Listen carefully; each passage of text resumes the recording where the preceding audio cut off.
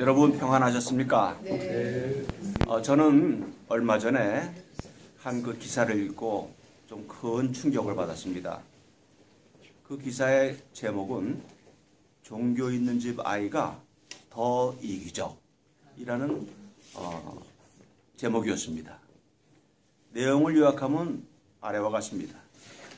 종교가 있는 가정 환경에서 자란 어린이들이 종교가 없는 집에서 자란 아이들보다 훨씬 더 이기적이고 타인들에게 베풀지 않는다는 그런 연구 결과입니다. 2015년도 11월 초에 그 최신 생물학 Current Biology라는 잡지에 실린 논문인데요. 미국 시카고 대학의 연구팀이 캐나다, 요르단, 중국, 터키, 미국, 남아연방 이 6개 나라에서 어린이들 5살에서 12살까지 약 1200명 대상으로 조사를 했습니다. 종교심과 이타심, 타인에게 베푸는 것이 어떤 상관관계가 있는가 이 조사에서 분석을 했습니다. 그 종교적인 배경에는 이제 기독교도 있고요. 한 24%, 이슬람교도 한 43%, 또 이제 무종교 가정에서 자란 아이가 한 28% 이렇게 되었습니다. 이 연구팀은 우선 이타심이 어떤가, 남에게 얼마나 잘 베푸는가 측정하려고 그 어린이들에게 한 사람 앞에 10장씩 애들이 좋아하는 그림이 들어있는 스티커를 10장씩 주었어요. 그리고 나서 낯선 너희 주변 친구가 들어오거든 그것을 나눠주도록 그렇게 권유를 했습니다. 종교가 없는 집에서 자란 아이들은 자기가 10장 갖고 있는 것 중에서 평균 잡아보니까 4.1장 정도 낯선 친구들에게 나누어 주었습니다. 반면에 종교적인 환경에서 자란 어린이들은 몇 장쯤 나눠줬을까요? 3.3장 나누어 줬습니다. 이슬람교 가정에서 자란 아이는 3.2장, 기독교 가정에서 자란 아이는 3.3장 나와 있지만 이것은 뭐 통계적인 의미가 없고요. 그러나 무종교 집안의 가정과 종교 집안의 아이들 차이는 4.1 대 3.3은 아주 유의미한, 통계적으로 아주 의미가 있는 그런 결과다. 이러한 종교심과 이타심이 서로 역비례한다. 이런 결과는 또한 어린아이의 나이가 많을수록 더 심했다. 학년이 올라갈수록 더 심해진다는 것입니다. 즉 종교적인 환경에서 자란 기간이 오래될수록 부정적인 강도가 영향의 죄송합니다. 영향의 정도가 강해진다. 한 3년 전에 2012년경에 UC 버클리에서 연구팀들도 좀 이런 비슷한 조사를 했는데 거기서도 마찬가지로 종교 있는 사람들이 그렇지 않은 사람들보다 타인에 대한 연민이나 동정심 이런 것이 덜하다 하는 그런 연구 결과를 내놓은 바가 있습니다. 그동안 기독교인들에 대한 이와 비슷한 비판적인 주장들을 여러 번 들은 적도 있고 저 자신도 혹시나 정말로 그렇지 않을까 염려했는데 역시나 이렇게 통계적인 사실로 증명이 되고 보니 막상 이렇게 결과를 듣고 보니 참 제 마음이 멍해지고 참 혼란스럽고 고통스럽기까지 했습니다. 사실 자선단체나 구호단체에 참여하는 사람은 기독교인이 더 많지 않느냐? 제가 그렇게 스스로 변명을 하고 또 항의를 할 수 있겠지만은 그러나 실제적으로 사람들이 피부에서 느끼는 같이 살면서 느끼는 배려심, 이타심 이런 것은 그런 단체 활동과는 별개로 그게 사람들에게 느껴지는 것이거든요. 그리고 이 통계에 의하면 저 또한 동시대 다른 비기독교인들보다 남을 덜 배려할 가능성이 많겠다. 뭐 제가 뭐 별겁니까? 저도 뭐 이 통계 하나겠죠. 그런 생각이 들었어요. 그러고 보니까 저도 정말 좀 그런 것 같습니다. 그래서 더 아주 마음이 힘들었습니다. 왜 사랑과 용서를 위해서 십자가에서 목숨을 버리신 예수님을 주님으로 믿고 따르는데 왜 그런 분위기에서 오래 영향을 받을수록 그 반대 성향을 보인단 말인가? 저는 좀 생각을 여러 가지로 해봤습니다. 혹시 구약의 영향인가? 구약의 그 배타적인 선민사상 그런 내용의 영향을 받은 것일까? 물론 그것도 좀 있겠죠.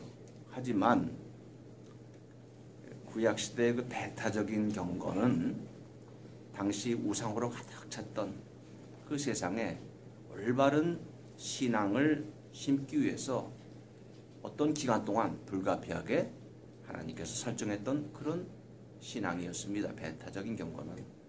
이것은 예수님께서 이 땅에 오셔서 십자가의 사랑을 통해서 그런 배타적인 경건은 사랑의 경건으로 업그레이드해서 이제 완전히 바뀌지 않았습니까? 그런데 왜 이런 배타성이 그대로 남아있는 것일까?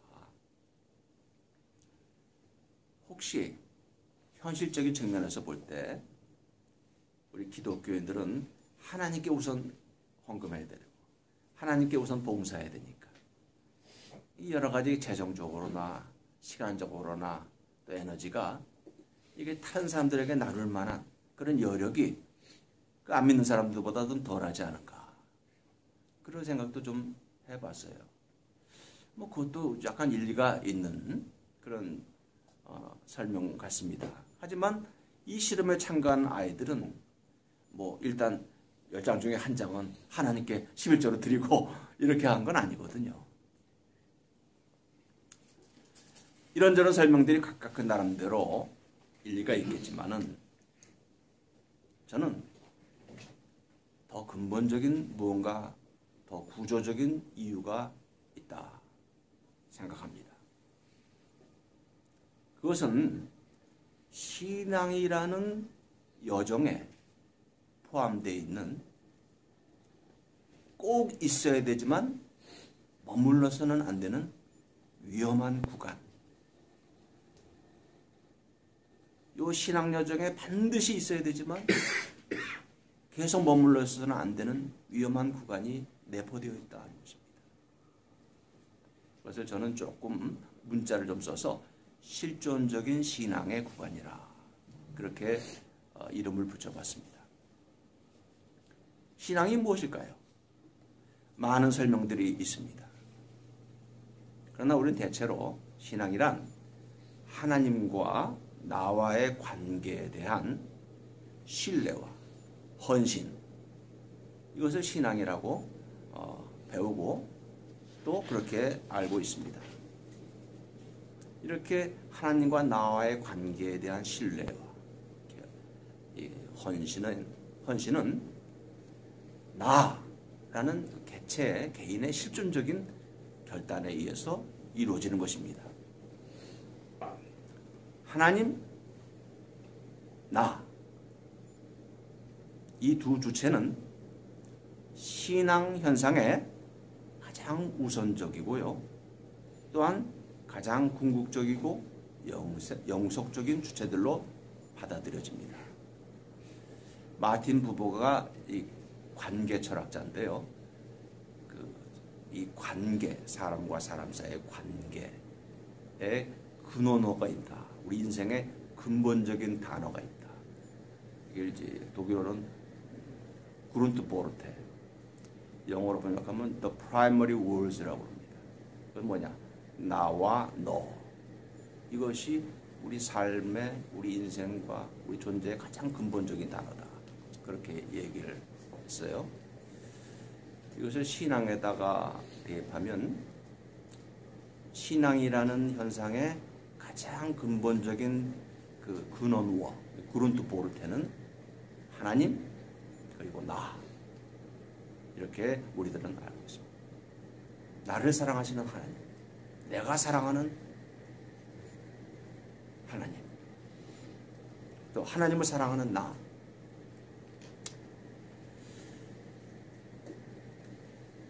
그래서 우리가 이 하나님 나, 이 신앙 프레임에 일단 들어와야 이 신앙이 시작되는 것입니다. 그런데 이 프레임에 들어오면 우리의 실존 의식이 굉장히 더 예민해진다. 옛날보다 더 나중심적이 된다. 이렇게 볼 수 있습니다. 이것은 저 자신의 체험으로도 그렇습니다.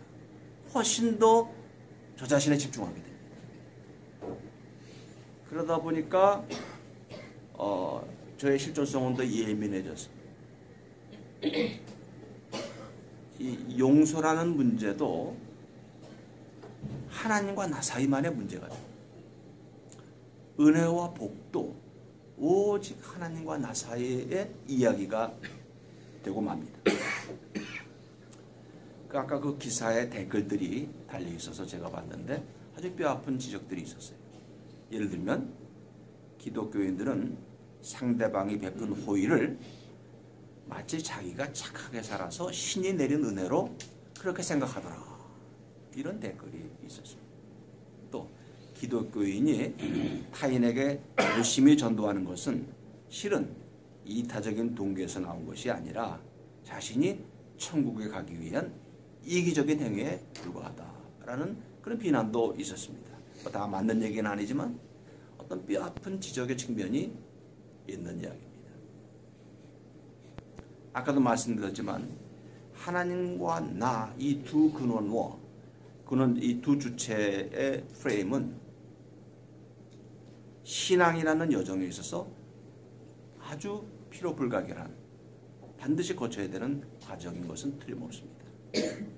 우리가 마치 글을 배우기 전에 뭐부터 배워야 되느냐? 알파벳 배워야 돼요. 우리나라 아이들은 기역, 니은, 디귿 배우는 것이나 마찬가지다. 하지만 언제까지나 알파벳, 기역, 니은, 디귿 계속 한다고 해서 그 아이가 글을 배우는 것은 아니에요. 글을 하는 것은 아니다. 마찬가지로 나와 하나님, 이 신앙 프레임에 내가 계속 머문다고 해서 정말로 하나님과 나 사이가 참된 관계성 속에 있는 것은 아니다. 우리가 거기에만 머물러 있는 한 우리 동종 인간들과 행복을 나눈다든가 용서를 나눈다든가 이런 것은 뒷전으로 밀리게 됩니다. 마지못해 택하는 옵션이 되거나 때로는 아예 무관심의 대상이 될 수밖에 없는 것입니다. 저는 작년 이맘때 설교에서 제가 주기도문을 하나님 앞에 드릴 때 그 어쩐지 어색하고 불편한 그런 느낌이 늘 있었다. 근데 그것을 왜 그런가 따지고 보니까 주기도문은 본래 우리들의 기도인데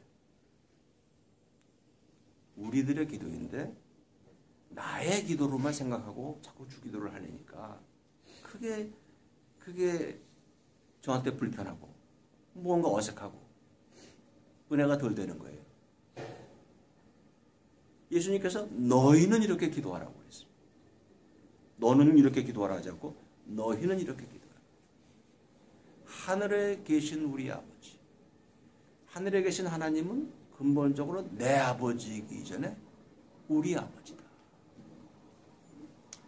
이거 보면 벌써 아까 말한 근원과 그룬트 보르테가 신앙이 내 입장에서는 하나님과 나와 하나님이지만 하나님 입장에서 볼 때는 나와 너희들이다. 나와 너희들. 나와 너가 아니라. 그러니까 하나님은 근본적으로 우리와 만나시는 하나님이시다. 그러니까 너희는 이렇게 기도하라. 하늘에 계신 우리 아버지. 내 일용할 양식도 우리들의 양식을 전제로 하는 것입니다. 우리들의 양식이 없을 때 내에 일용할 양식이 없지.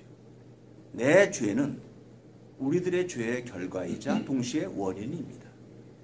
내 죄와 우리 죄는 사실 그렇게 칼같이 구분되지 않습니다. 그리고 무엇보다도 결정적인 말씀은 예수님께서 하신 말씀. 하나님의 나라는 너희 안에 있느니라. 누가복음 17장에 나오는 말씀입니다. 하나님의 나라는 여기 있다 저기 있다 못하리니 하나님의 나라는 너희 안에 있느니라. 네 안에 있다고 그러지 않았습니다. 많은 사람들이 그걸 착각합니다. 하나님의 나라 천국은 내 안에 있어. 내 마음속에 있어. 무슨 자기의 실존적인 심리적인 현실로 그 얘기하는데 그건 전혀 틀린 말입니다. 하나님의 나라는 내 속에 있다고 그러지 않고 너희 안에 있다.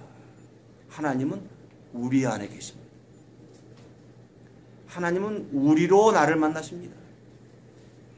하나님에게 있어서의 신앙의 그룬트 보르테 근원어는 나와 너희들입니다.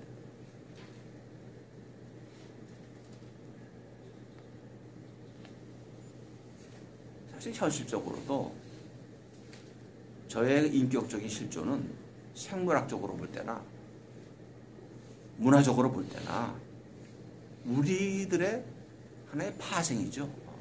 생물학적으로도 우리들에서 나왔죠. 저의 모든 사고방식과 저의 모든 행동 패턴도 다 우리들에서 나온 것입니다. 제가 개발해낸 행동 패턴, 사고 별로 없습니다. 거의 없습니다. 나는 우리들의 파생입니다.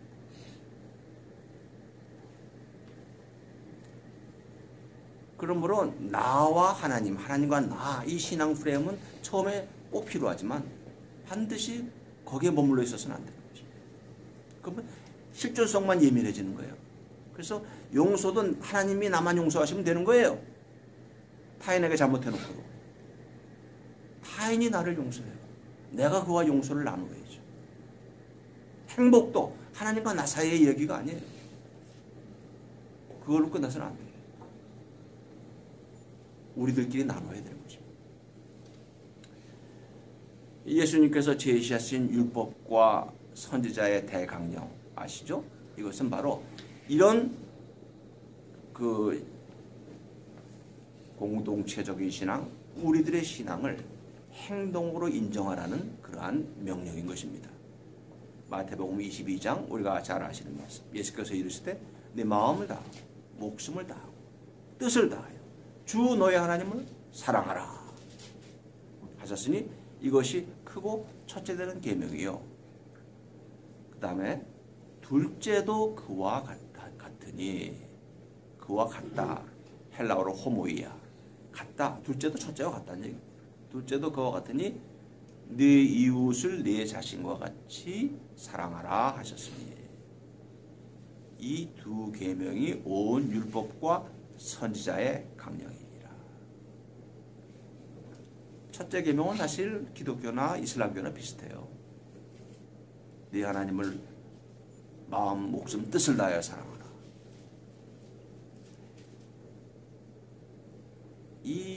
물론 최고의 사랑은, 최고의 헌신은 내 존재의 근원이 되시는 하나님께 바치는 것은 너무나 당연합니다. 하지만 예수님은 바로 이어서 둘째도 그와 같다. 첫째와 같다. 첫째와 동일한 무게를 부여하시면서 둘째 계명을 언급하신 것입니다. 네 이웃을 네 자신과 같이 사랑하라. 이러려면 어떻게 됩니까? 네 이웃을 너로 생각해야 된다는 것입니다. 또 다른 나로. 저 사람은 또 다른 나다. 이렇게 생각해야만 그렇게 살아갈 수가 있는 것입니다. 그러니까 이 둘째 계명은 첫째 계명에 부과된 옵션이나 장식이 아닙니다. 내가 가능하면 더 추가적으로 성취하면 좋고 성취하지 못하면 할 수 없는 그런 옵션이 아니라는 것입니다.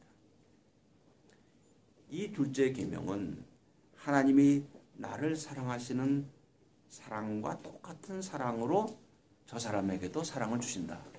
는 사실을 내 행동으로 인정하라는 것입니다. 하나님께서는 너에게 너그러우신 만큼 저 사람에게도 너그럽고 네 아픔에 민감하신 것만큼 저 사람의 아픔에도 민감하시다. 이것이 둘째 계명의 핵심 배경입니다.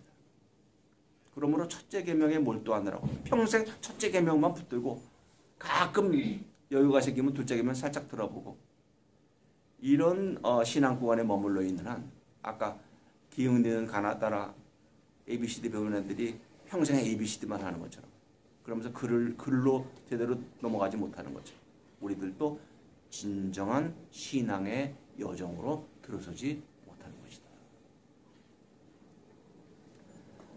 다시 문제 실험으로 돌아가 봅시다. 아까 무종교 가정에서 자란 아이들은 카드를 더 많이 나눠준다고 했는데 제가 생각해 봤어요. 걔네들은 어떻게 해서 그렇게 잘 나눠줄까? 뭐 이렇게 착한 무종교 가정이 원래 다 착한다고 볼 수는 없죠.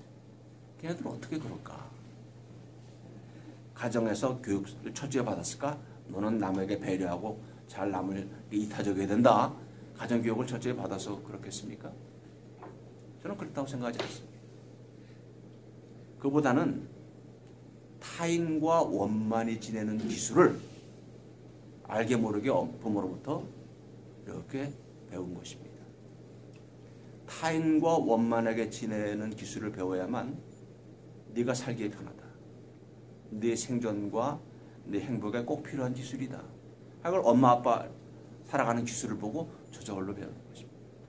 애경사 챙기는 거, 뭐 이렇게 하는 거, 이웃과 얘기하는 거 볼 때 이웃과 원만하게 지내야 우리가 편하다. 내가 편하다. 아이들은 그것이 뭔지 모르지만 배우는 것입니다. 그런데 신앙의 가정에서 자라는 아이들은 타인과 원만하게 지내는 것보다 훨씬 더 중요한 것은 하나님과 원만하게 지내는 것이다. 하나님과 잘 지내면 뭐 이웃과 관계가 어떻게 되든 간에 나는 행복할 수 있다. 이렇게 배우게 되는 것입니다. 그러니까 좀 이웃과의 원만한 관계에 조금 더 에너지와 이런 모든 것이 소극적일 수밖에 없습니다. 속되게 말하면 하나님 빼기면 충분하다. 그러니까 인간관계가 아쉽지가 않은 거예요. 하지만 아까 말씀한 예수님의 말씀은 그것은 하나님과 정말로 잘 지내는 것도 아니다. 하나님의 백을 제대로 누리는 것도 아니다. 이렇게 말씀하고 계신 것입니다. 성경은 하나님의 같은 피조물인 동종 인간들과 잘 지내는 것, 그들을 존중하고 배려하고 용납하는 것, 이것이야말로 눈에 보이지 않는 하나님과 잘 지내는 것의 가시적인 증거다. 이렇게 분명히 말씀하고 있습니다. 이것은 제 얘기가 아니라 요한일서 4장에 나온 말씀입니다. 한번 잘 들어보십시오. 어느 때나 하나님을 본 사람이 없지만, 그렇죠, 누구든지 하나님 본 사람이 없습니다. 만일 우리가 서로 사랑하면 하나님이 우리 안에 거하시고 그의 사랑이 우리 안에 온전히 이루어지느니라. 아무도 하나님을 본 사람 없지만 우리가 서로 사랑하면 우리 가운데 하나님이 거하신다. 그 다음에 이어집니다. 누구든지 하나님을 사랑하노라 하고 그 형제를 미워하면 이는 거짓말하는 자니. 눈에 보이는 바 형제를 사랑하지 아니하는 자가 눈에 보이지 아니하는 바 하나님을 사랑할 수 없느니라. 오늘 우리가 함께 조금 전에 읽은 마태복음 25장 본문을 보면 마지막 심판 때 예수 그리스도께서 심판주로 오셔서 심판하실 때 그 오른쪽에 있는 사람들에게 하나님 나라의 영광의 그 영광을 상속받으라 하시면서 그 영광을 주시는 이유를 설명을 하시죠. 너희는 내가 배고플 때 먹을 것을 주었다. 내가 목마를 때 마실 것을 주었다. 내가 나그네처럼 힘들고 외로울 때 따뜻하게 친구가 되어 주었다. 그리고 내가 옷이 없어 헐벗었을 때 옷을 입혀 주었다. 내가 병들었을 때 찾아와서 돌보아 주었다. 내가 감옥에 갇혔을 때 찾아와서 위로해 주었다. 이 말씀을 듣자 그들은 황송해했습니다. 아유, 언제 저희가 주님께 그렇게 해드렸나요? 기억이 없는데요. 기억이 안 나는데요. 그러다 예수님께서 말씀하셨죠. 너희가 여기 저 가장 보잘것없는 못난 형제에게 한 것이 바로 나에게 한 것이다. 그것이 바로 나에게 한 것이다. 보이지 않는 하나님에 대한 사랑과 그 하나님과의 연대는 보이는 동종 인간과의 연대심과 사랑으로 통해서 증명되는 것입니다.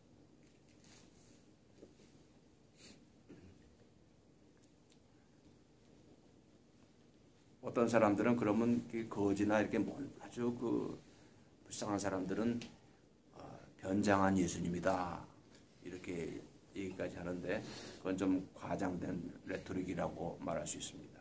그 사람이 뭐 예수님이 쓰신 가면에 불과한 그런 존재는 아니잖아요. 그거보다는 저는 이렇게 생각합니다. 내 앞에 있는 저 못난 사람, 그 사람은 또 다른 나다.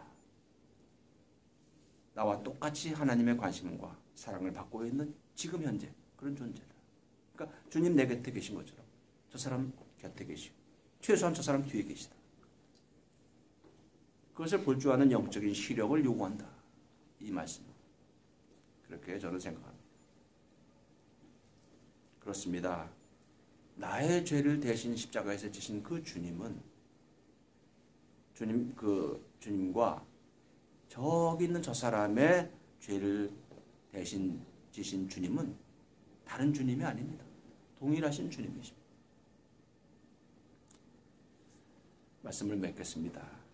물론 우리가 낯선 사람들에게 자신이 갖고 있는 카드를 잘 나눠주는 사람이 되기 위해서 신앙을 갖는 건 아닙니다. 우리가 구원받기 위해서, 영원한 생명을 얻기 위해서 신앙을 가지는 것은 맞습니다. 하지만 지금 내가 그 카드를 기꺼이 나눠줄 줄 모르는 사람이라면 아직도 나는 진정한 그리스도교 신앙의 길에 들어서지 못한 것이다.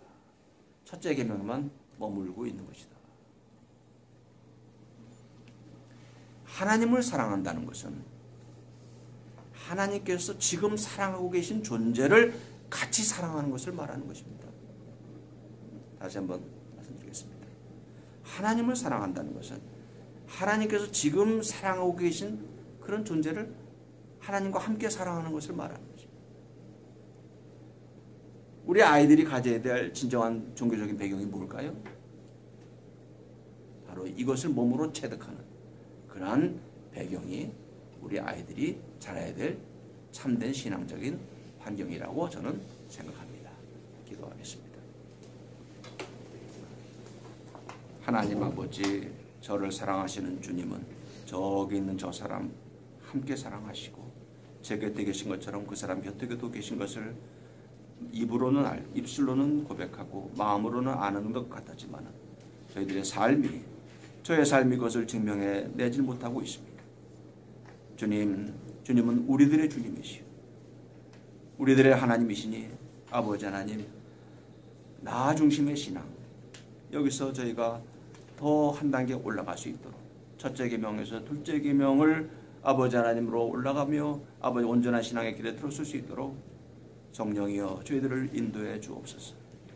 이제 한 해를 마무리합니다. 저희들이 올바른 신앙의 길의 목표를 갖게 하시고 올바른 신앙의 여정에 대한 이해를 갖게 하셔서 우리가 참으로 하나님께 참으로 온전한 영광을 돌릴 수 있는 저희들이 되게 하옵소서. 예수님의 이름으로 기도드립니다. 아멘.